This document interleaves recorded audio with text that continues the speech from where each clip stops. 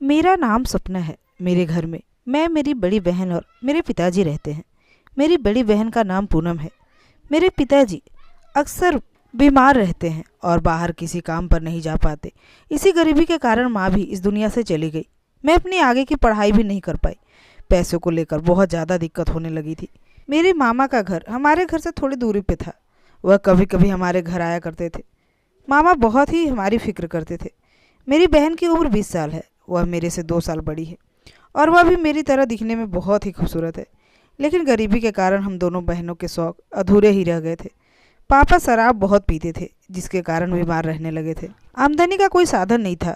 दिन पर दिन घर की हालत खराब होती जा रही थी। मेरी बड़ी बहन काम ढूंढने की बहुत कोशिश कर रही थी, लेकिन कहीं भी काम नहीं मिल पा रहा था।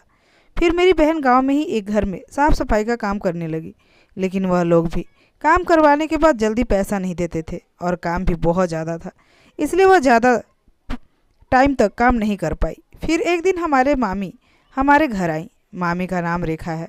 वह एक डांसर है और घर चलाने के लिए उन्हें डांस करना पड़ता है, जो अब उनका शौक बन गया है। कुछ दिन बाद हमारे ऊपर दुखों का पहाड़ टूट पड़ा। मेरे पिताजी की मृत्यु हो गई और उसके बाद से परिवार में हम दोनों बहनें रह गए थे। मेरी बहन हमेशा से हमारे घर की आर्थिक स्थिति के बारे में सोचकर चिंता करती रहती थी, क्योंकि हमारे पास आमदनी का कोई भी साधन नहीं था। घर में बहुत ज़्यादा तंगी आ चुकी थी। अब तो कई कई दिन तक हमें भूखा रहना पड़ता था। हमारे रिश्तेदारों ने भी हमसे रिश्ता तोड़ दिया था। दीदी ने नौकरी करने की बहुत कोशिश की, लेकिन उनको कहीं पर भी काम नहीं मिला।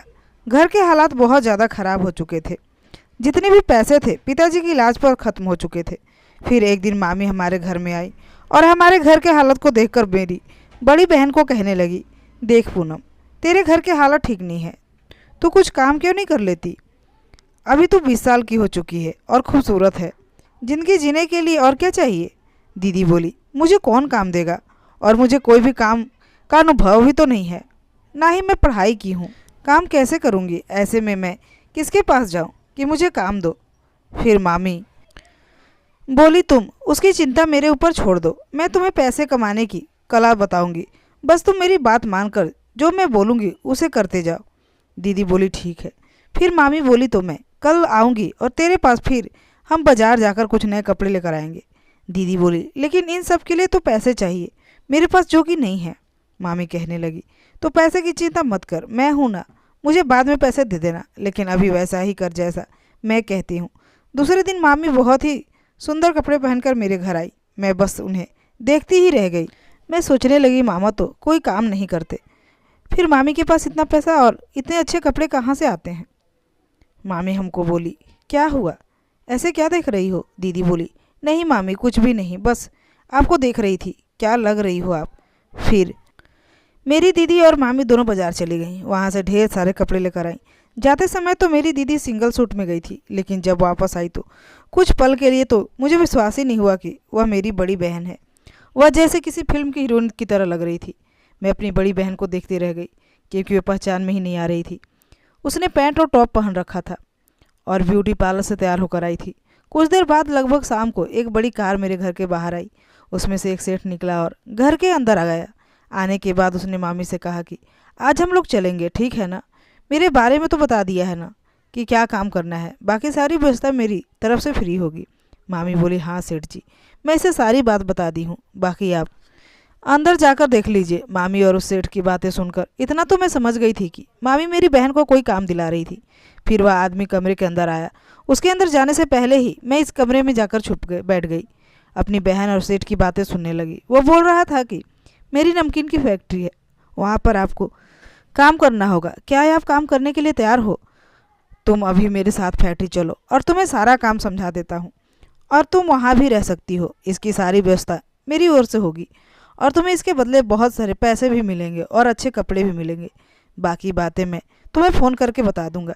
दीदी बोली, मैं तैयार हूँ, लेकिन क्या करना होगा मुझे? फिर मामी बोली, अरे आप लोग सब बातें यहीं कर लेंगे या फिर फैक्ट्री में भी जाकर काम भी शुरू करेंगे? मामी हम दोनों बहनों के साथ फ्रेंड के जैसे ही रहती थी और हमारा बहुत फिक्र करती थी और हमारे घर में अक्सर आती जाती रहती थी। सेठ जी मेरी बहन को देखकर मामी को बोले, तुमने कमाल कर दिया, मुझे ऐसी ही लड़की चाहिए थी। मामी बोली, सेठ जी सब आप ही की तो मेहरबानी है जो मैं आज इतनी सुखी ज़िंदगी जी रही हूँ।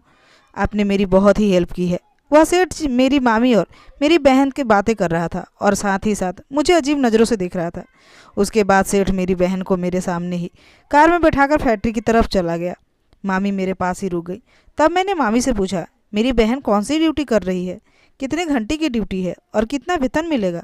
इस पर मामी ने कहा, बेटी इस नौकरी में वेतन फिक्स नहीं होते हैं, जितना भी होगा वह खुद ही बता देंगे। इसमें बड़े बड़े लोगों से जान पहचान होती है, आपको सिर्फ अपने काम पर ही फोकस करना पड़ेगा।